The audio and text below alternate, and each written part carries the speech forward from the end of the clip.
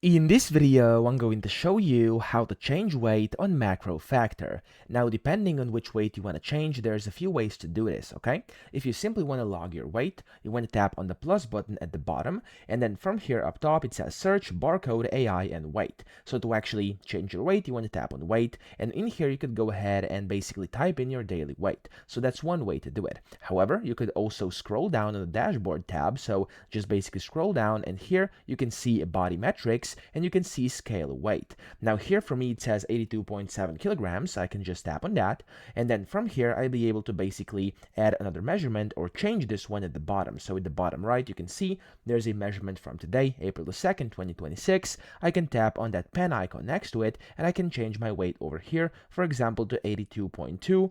Press save over here, and there we go, my weight has been changed. Now that's the second way. However, if you're trying to change your goal weight that you want to achieve, you could also do that by tapping on strategy at the bottom. So next to your plus button, tap on strategy, and then in here you can see what is your current goal for your strategy.